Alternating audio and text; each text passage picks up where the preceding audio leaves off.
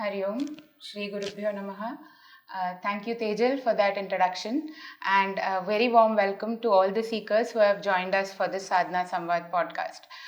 Just to give a very brief introduction, I think Swamiji doesn't really need introduction amongst the viewers, but just to give a formal introduction, Swami Sharadananda Sarasvati ji is a spiritual teacher and expert in various philosophical aspects from Advaita Vedanta, Yoga to various disciplines in Sanatana Dharma. Swamiji has been guiding seekers and serious students of Vedanta across the years through camps, through courses and various allied activities. Swamiji is currently the Acharya for the ongoing Vedanta Sadhaka course at Chinmay International Foundation.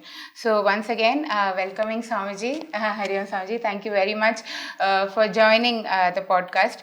Like Tejal said, I am representing all the earnest seekers, so I hope that the conversation proves to be useful to each one of you who have joined us. So to start the conversation, Swamiji, this word sadhana is very commonly used. Most of us say that we do sadhana or hear about it, but I don't think most of us understand what sadhana truly means. So requesting Swamiji to shed light on it. Hari Om. There are many words which we use to indicate spiritual practices. One, as you said, very commonly used word is sadhana, and another word is upasana. So sometimes we use sadhana, sometimes we use sadhak, sometimes we use upasak. And in our shastra, this word has a very deep meaning. It's not only in spiritual path. So sadhana, see a person who want to become a master even in the Carnatic music also, they say sadhakam. Yes. Sadhakam, sadhana. This all actually goes the same kind of a word. The word meaning, this word comes from sadhyate, to achieve, to reach. So sadhana, the word indicates a means to achieve something, that's all. So sadhana means a path. Sadhana means a way, a path through which we can attain something which is higher. So that is sadhana. So a Carnatic musician or any, so when that person wanted to reach that perfection, so whatever he does is also a sadhana. So sadhana generally means a means or a path, that's all. Okay. So little more when we come to spiritual practice, another word which we use is upasana. Maybe a little more accurate. Generally now we are talking about spiritual practices. So of course sadhana is a good word. Little more deeper or little more closer to spiritual aspect will be upasana. Okay. So what do you mean by sadhana? As I said, sadhana sadhyate iti sadhana. Okay. Now what do you mean by upasana?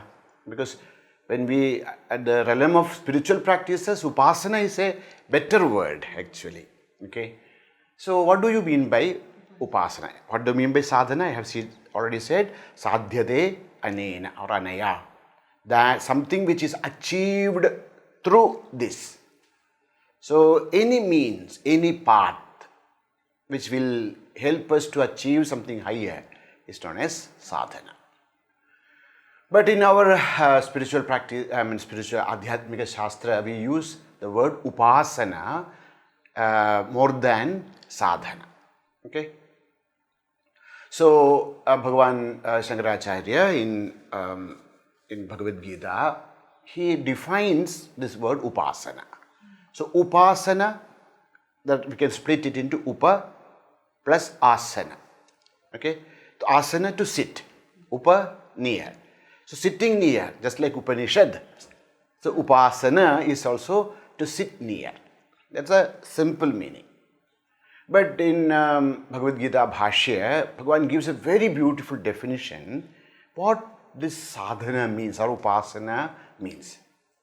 Then he says, upasanam nama. There are many points he covers in that because it's a very important thing. So first thing he says, upasanam nama. What do you mean by spiritual practice? What do you mean by upasana? What do you mean by sadhana? Whatever we say, he says there, First point is yatha shastra. Upasanam nama, one, yatha shastra. Second point, upasyasya arthasya vishayikaranena. Third, samipyam upagamya. Four, tailadharavat samana pratyaya pravahena. Fifth, dirghakalam. Sixth, yad asanam tad upasana. Okay. So it's a very beautiful definition Bhagavan gives in Gita Bhashya. So what do you mean by upasana, sadhana? Bhagavan says the first point is yatha shastra. The sadhanas, whatever sadhanas we take up, it should be according to shastra. Why? Because nowadays we see that people, we think that a lot of people say we are all spiritual seekers. And then if you look at their sadhana, what they are doing, many times it is just, whatever they may feel or whatever is chota-mota gurus gives them a little bit. So most of the time that is not according to shastra. And what happens is, after some time, either they stop it or it won't take them to the goal what they are searching. So they say yatha shastra. So first and foremost is whatever sadhana we take, it should be according to the shastra. Why? Because all those things which are revealed in shastra are results of great, a long time somebody has experimented it and then proven to them that this is right.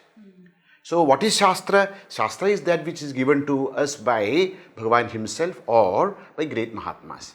Aptavakyam. So whatever they are telling through shastra is something which they have tested by themselves and proven that it will give the desired results. So whatever shastra, whatever sadhana, whatever upasana we are taking up, it should be yatha shastra.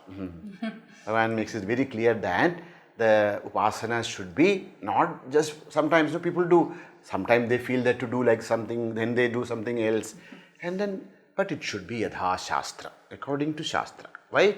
Tasmat shastram pramanam te karya akarya vyavasthido. What to do, what not to do, our mind should not be pramana.